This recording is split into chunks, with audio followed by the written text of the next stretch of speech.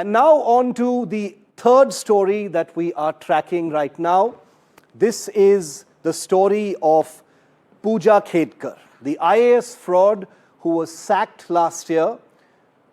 Her parents kidnapped a truck driver after colliding with his truck, and they are still absconding. 48 hours on, the parents of Puja Khedkar, Dilip and Manorama, who are charged with kidnapping a truck driver after colliding with his truck in Navi Mumbai, have gotten into the family Land Cruiser vehicle and they are farar. Nobody knows where they are. The police claim to be hunting them, but 48 hours on, they are still on the run. Can you believe it, viewer? Can you believe that we live in a country where in Mumbai something like this happens? A family that has political connections, their daughter has just been humiliatingly thrown out of the IAS.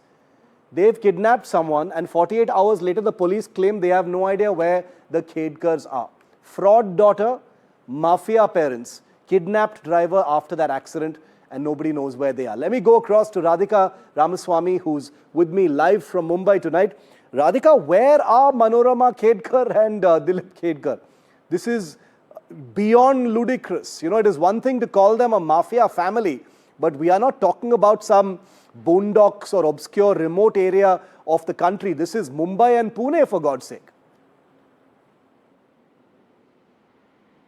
Absolutely. It is quite shocking and brazen the way Puja Khedkar's family members have been evading law for the longest time. Not the first time this has happened. They've been breaking law, evading law, and they are facing multiple criminal charges. And again, not the first time they've been facing criminal charges. They've been charged for assault, kidnapping, and also obstructing cops from doing their duty.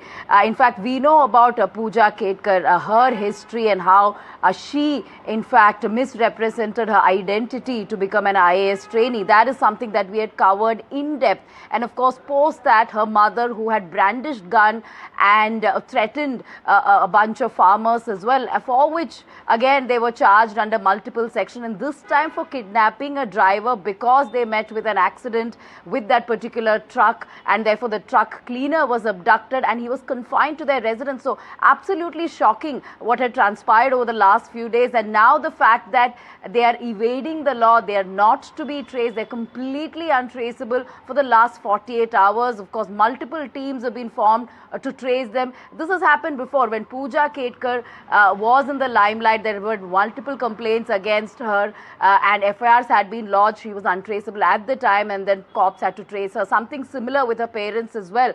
We'll really have to see how things will pan out in the days to come, whether they'll finally be arrested. But a lot of questions being raised on their misconduct, series of incidents of misconduct, and how the authorities really let them loose, let them get away as a result of perhaps their influential status or privileges they enjoy. But authorities and cops really have a lot of answering to do, because this is not the first time they've been breaking and evading law.